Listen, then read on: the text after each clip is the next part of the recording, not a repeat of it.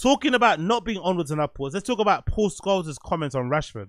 Paul Scholes sat down recently on Nicky Butt's podcast, or no, it's their podcast to do together. Sorry, it's a podcast to do together. Paul Scholes, Nicky Butt, and Paddy McGuinness. The podcast name is called The Good, the Bad, and the Football.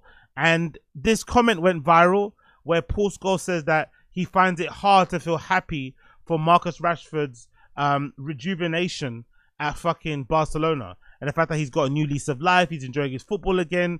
He scored that amazing brace over there against Newcastle in the Champions League, and he looks like he's really loving life.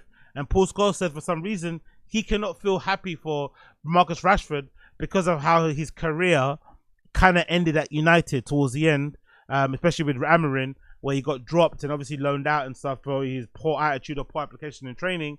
And, you know, Paul Scholes cannot handle the fact that he's now doing well. So this is Paul Scholes' comment that, again, went viral, went crazy on the timeline. People had a lot of things to say about it. I'll play him forward and I'll let you know what I say in the end. I really struggle to feel happy for him, mainly because of his attitude. His attitude towards Man United, towards it, I thought it was disgraceful. The amount of times I saw him at Man United walking, like, because he wants to leave, I thought his whole demeanour about him was a disgrace. And I think he actually quit on Manchester United. And right. Once you quit once, you'll quit again. He was late last night. Yeah. That was it, last night. He won't get away with that with Barcelona for long. There's absolutely no chance. He needs to be aware, self-aware, and he's not a baby no more. He's 27, 28. He's not a kid. He needs to be self-aware about some of the stuff he does and how he projects himself. I thought he was going to come on his show today and go, what about Marcus? What about that goal? I told you this. And then he goes and doesn't turn up for it. He's late for the game. How can you sleep in these days? I don't know. Your phone, fucking alarm, whatever. How do you sleep in? Yeah. Because he's got that talent that he could still be one of the best players in the world. Oh, he's definitely got a talent to play, them 2 goals. But he'll never have the mentality in it. So he's never going to have the mentality to be a top player. Like, Jesus Christ. You think there'd be a lot more like I think these type of comments are okay coming from non-professionals. I feel like if I'm Marcus Rashford, I'm going to take this way more personally, because these are obviously ex-Man United legends, especially someone like a Paul Scholes. But they're coming from ex-professional footballers who know what it takes, who know the sacrifices that need to be made, who knows all the drama, all the fucking, scams and games that run behind the scenes that could affect you in this way. I completely understand how pissed off you would be. And I think if you're a professional footballer or a professional athlete in general, you owe the professionals nowadays a bit of courtesy, a bit of understanding, a bit of a little bit more a little bit more leniency. You give them the benefit of the doubt because you know what it takes to get to that level. You know the skullduggery that goes on behind the scenes. But one of the things I really didn't like about this comment he said about Rashford, obviously the racial undertones are there. Because at United, we have this weird thing where we call them top reds. They're a segment of Man United fans who are very, how do you say? They're very, I would say they're very compliant, right? People call them bootlickers as well. They seem to have no real big issue with the Glazers.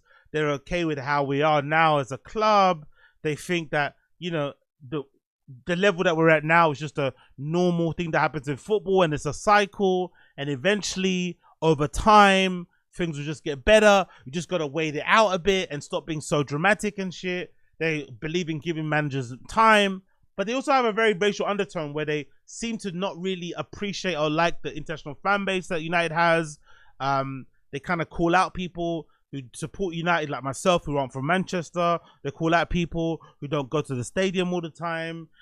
They call out people who don't unequivocally support the players at all costs, support managers at all costs.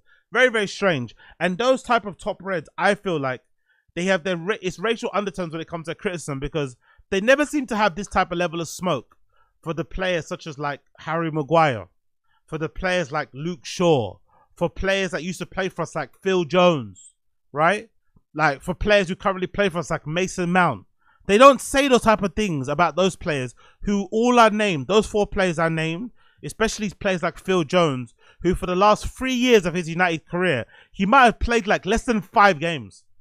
Off the top of my head, the last 3 years that Phil Jones was at United, he may have started less than 5 games at United. That's across Champions League, Europa, League Cup, FA Cup, Premier League. I think Phil Jones may have started less than 5 games. That motherfucker literally stole wages. He was a fucking wage thief. He stayed at the club for ages, didn't necessarily ever make us think about going away or trying to get a loan or trying to get transferred. He collected wages so much to the extent of when he left United, or when he kind of didn't get a contract to leave, guess what happened, brothers and sisters? He retired from football. Phil Jones must have made so much money playing at United, or not playing at United, and being on a fucking bench all the time because he was constantly injured, that he retired at like 31, 32 years old. Retired. No more football. And then he was allowed to be at the club, taking his badges. Like, complete piss take, I think, of the club. But a player like Martial, who I think had Phil Jones had a worse injury record than Martial. Martial, I think, created or gave us way more moments as a club. But people hounded out a player like Martial. People hounded out a player like fucking Rashford and his body language. But no one questioned Luke Shaw, persistent injury record. No one questioned Luke Shaw's inability to stay fit, inability to be reliable, non-willingness to lead the club. Nobody called out fucking Harry Maguire and the fact that he's been, in some respects, stealing a living at the club as well. That's the only problem I have with these comments.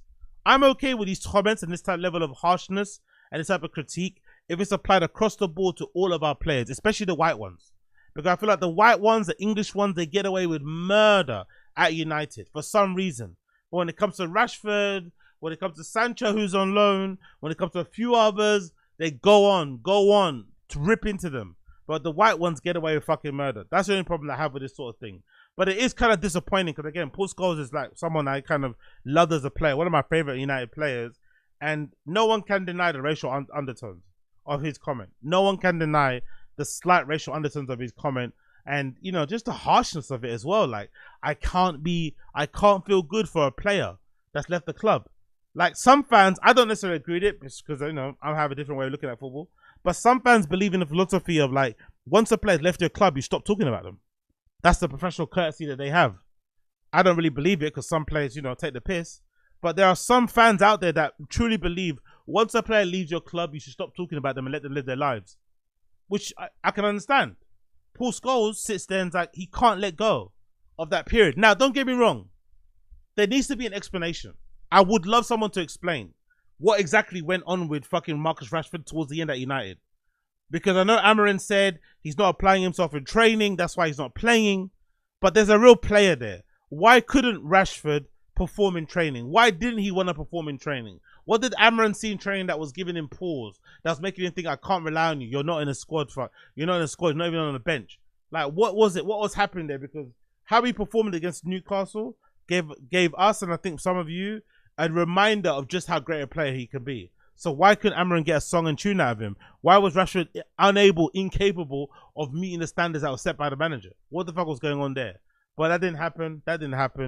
That didn't fucking happen. We're never going to get the explanation. But I'm happy for Marcus Rashford personally. He looks like he's actually enjoying his football. He's smiling. He's having a great time. He's scoring sensational goals. At the moment, I've heard that there's no guarantee that Barcelona will sign him. I think they're doing that on purpose to keep him, you know, to keep him on his toes.